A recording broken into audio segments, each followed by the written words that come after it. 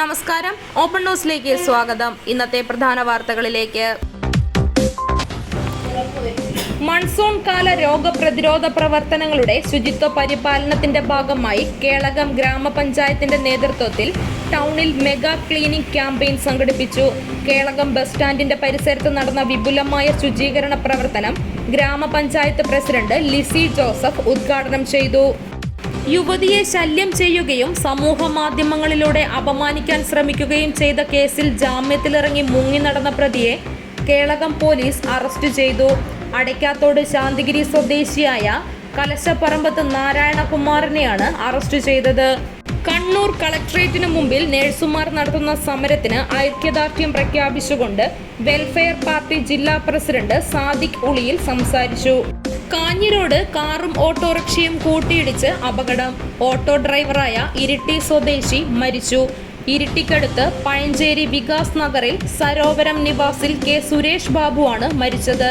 52 വയസ്സായിരുന്നു. ബൈക്ക് ദേശീയപാതയിലെ മീഡിയനിലേക്ക് ഇടിച്ചു കയറി. 3 യാത്രക്കാരിൽ ഒരാൾ മരിച്ചു. 2 പേർക്ക് ഗുരുതര പരിക്ക്.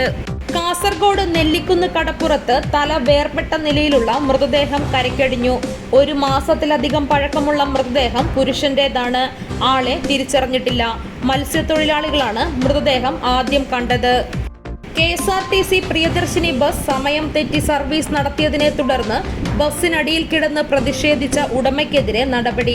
KSRTC ബസ് തടഞ്ഞ് ജീവനക്കാരെ അധിക്ഷേപിക്കുകയും ഡ്രൈവറെ കയ്യേറ്റം ചെയ്യുകയും ചെയ്തെന്ന പരാതിയിലാണ് പോലീസ് തുടർ നടപടികൾ ആരംഭിച്ചത്. സ്പാ ഉടമയെ ഭീഷണിപ്പെടുത്തി പണം തട്ടാൻ ശ്രമം.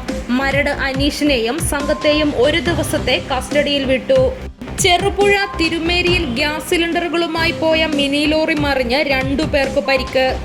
അടയ്ക്കാത്തോട് സെന്റ് ജോസഫ് ഹൈസ്കൂളിൽ ബിയോണ്ട് ദ ബുസ് എന്ന പേരിൽ സംഘടിപ്പിക്കുന്ന ലഹരി വിരുദ്ധ പ്രവർത്തനങ്ങളുടെ ലോഗോ പ്രകാശനം കേരള മുഖ്യമന്ത്രി VD സതീശൻ നിർവഹിച്ചു. വയനാട് കള്ളാടിയിലെ മണ്ണിടിച്ചിലിൽ കാണാതായ ആൾക്കുവേണ്ടി തിരച്ചിൽ തുടരും. സോൺ 1, 2 മേഖലകൾ കേന്ദ്രീകരിച്ച് വ്യാപകമായ തിരച്ചിൽ നടത്താനാണ് തീരുമാനം. അപകടത്തിൽ ഹിമാചൽ സ്വദേശി വിക്രം സിംഗ് റാണയെയാണ് കണ്ടെത്താനുള്ളത്. കണ്ണൂരിൽ വാഹനാപകടത്തിൽ 4 മരണം, ഒരാൾക്ക് പരിക്കേറ്റു.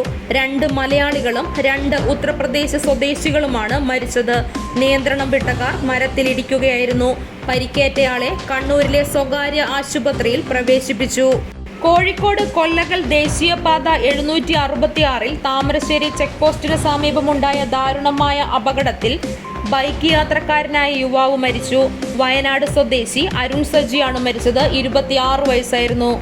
തിരുപ്പൂരിൽ വാഹനാപകടത്തിൽ 2 കുട്ടികളടക്കം ഒരു കുടുംബത്തിലെ 6 പേർക്ക് ദാരുണാന്ത്യം. ഒരാളുടെ നില ഗുരുതരം.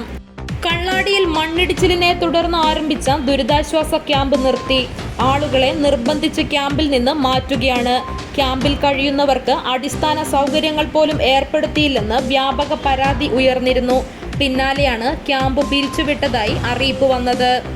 ചെറുപുഴ ടൗണിൽ ട്രാൻസ്ഫോമറിന്റെ കേബിളിന് തീപിടിച്ചു. KSEB ജീവനക്കാരന്റെ ഇടപെടൽ മൂലം വൻ അപകടം ഒഴിവായി. ഷോർട്ട് സർക്യൂട്ടാണ് തീപിടിച്ചതിന്റെ കാരണമെന്നാണ് പ്രാഥമിക നിഗമനം. വിഴിഞ്ഞം വിഷയത്തിൽ CPMലെ ഭിന്നതയെക്കുറിച്ച് ചോദിച്ചതിൽ മാധ്യമപ്രവർത്തകരോട് ക്ഷുഭിതനായി പ്രതിപക്ഷ നേതാവ് പിണറായി വിജയൻ.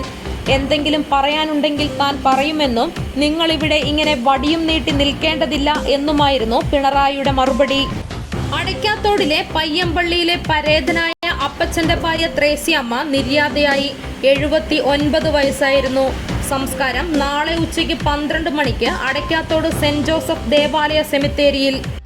കേളകത്തെ ഇന്നത്തെ വില നിലവാരം: റബ്ബർ 274, ലോട്ട് 259, ഒട്ടുപാൽ 155, കുരുമുളക് 675, അടയ്ക്ക 380, തേങ്ങ 50, കാപ്പിക്കുരു 200, ചിരട്ടപ്പാൽ 145, കൊക്കോ 70, പുളി 150.